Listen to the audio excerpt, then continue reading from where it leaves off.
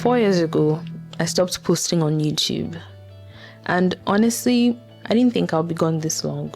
Because in my head, it was never supposed to be permanent. Just a short break that turned into years. In those 4 years, I finished medical school. I became a doctor. And somewhere along the way, my entire life changed. But the truth is, I almost never came back. Not because I didn't want to, but because I kept waiting for the perfect time, waiting to feel ready, waiting for everything to just make sense. And the more I waited, the harder it became to return. Now I'm in a completely new chapter of my life. I've moved countries and I'm studying abroad. So today I just want to talk about where I've been, what these past 4 years have looked like, and why I'm finally ready to come back to YouTube. I don't think any explanation will magically fix my absence, but I do want to share a piece of my story, because even when I disappeared from YouTube, I never really stopped filming. In fact, right after my induction into the medical profession, I filmed a video because I genuinely thought I'd be back in no time. So let's go back to that moment.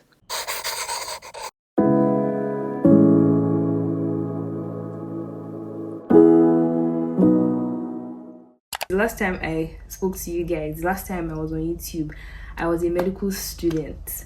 And now here I am, a medical doctor. What happened in between? There's a lot to unpack, so let's get into it. Okay, so let me start from where we last stopped. After my last video, I needed to take a break from YouTube because I was preparing for my medical exams, my final MBBS exams, and I needed to take a break so that I could focus on that part of my life. So I really thought that I was going to be back on YouTube like immediately, almost immediately. I thought I would vlog my induction week, all of that. After my exams, they told us that the induction was going to be in 3 weeks. So 3 weeks after our final exams, we were going to get inducted. I just thought it was a big joke. I was like, how are we going to do that? This is how my 3 weeks went. The first week after my exams, I had issues, so I stayed back in school for an extra week to sort that out.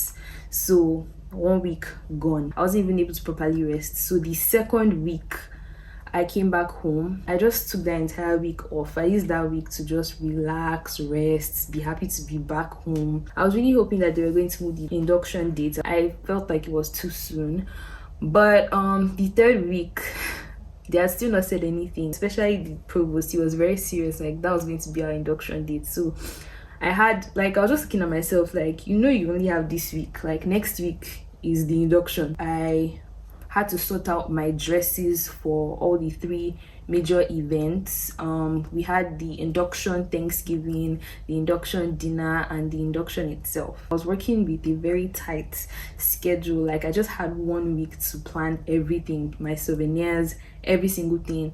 Thanks to my mom that helped me with the souvenir aspect, so I didn't need to do much in that area. Because I did not really have time, I was just like, see anything nice that I feel will look good on me, I'm just going to take it. I'm not going to hesitate.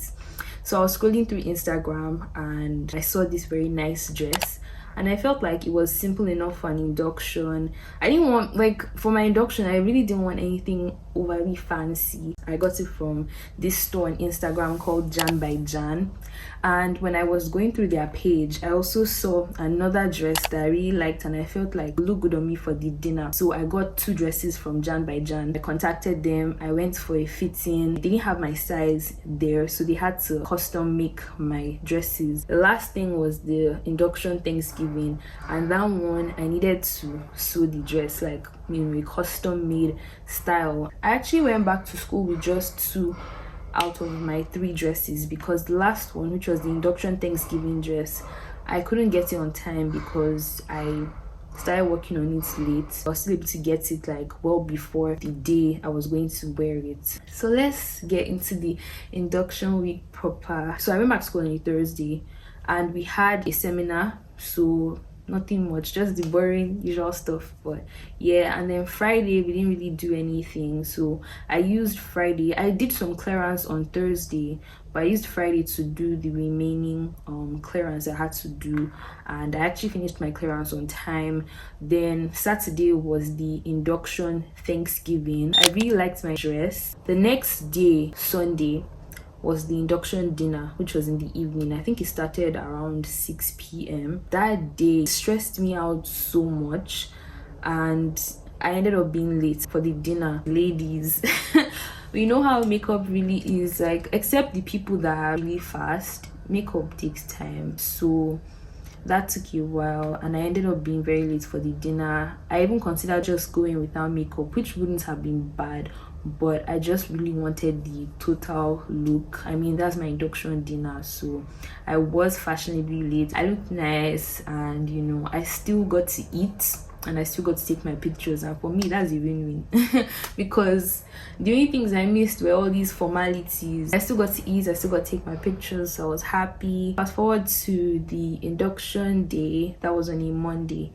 That day was so surreal. That was the highlight of my entire induction week. I like that day, I was just like, wow, so I'm really doing this, like. And I was very, oh yeah, I forgot to tell you guys, I collected my induction robe the day I got to school. I collected my induction robe that day, and it just dawned on me that it was really happening. Before that moment, I had never worn a robe, like a graduation robe. My primary school, we didn't wear a robe, but I can't remember what we wore. My secondary school, we also did not wear a robe. We wore suits. So I had never worn a robe before. So when I collected my robe, you guys, I was so excited. I was like, oh my god, I'm finally going to don my robe. I was so excited about it. My induction day was so surreal for me. 6 years in one experience, one ceremony, and it was so beautiful. I enjoyed the entire event, the entire ceremony, and I made sure to get a lot of pictures with my classmates, my now colleagues. I made sure to get enough pictures, and then I went for my reception, which was more family inclined, you know. So I had a lot of family over. My grandma was there, my uncle, who's also a medical doctor, was there, and he told me he was so proud of me, and that hit different for me, you know.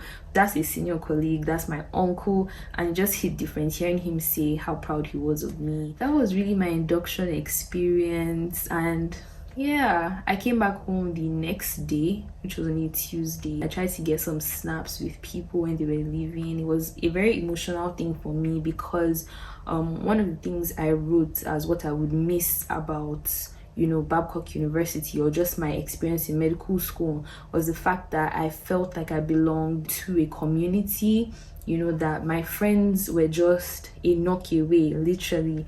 Now to see somebody, the planning, everybody is, you know, on their own paths now. Some people have started working. You guys, I'll talk about house job hunting in another video.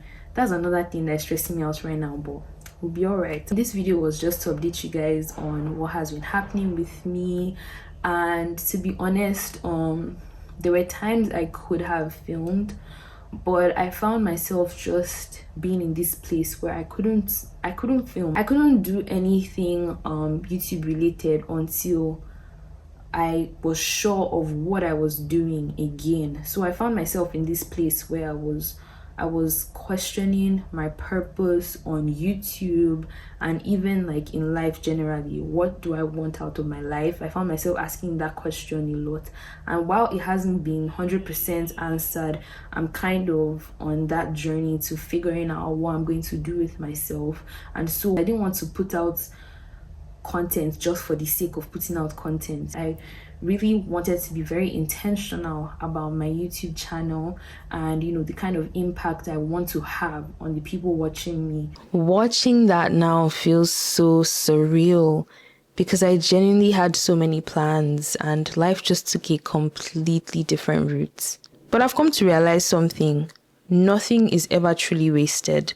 Every experience, every delay, every detour It all shapes you into who you're becoming. And over the past few years, I've experienced so much that I want to share with you. So I'll be starting a new series called Life After Med School. We're talking about everything. The chaos of house job hunting, my skincare journey, NYSC, and what life actually looks like now, studying in London. One thing I've realized about myself is that I am a perfectionist. And perfectionism can be incredibly paralyzing.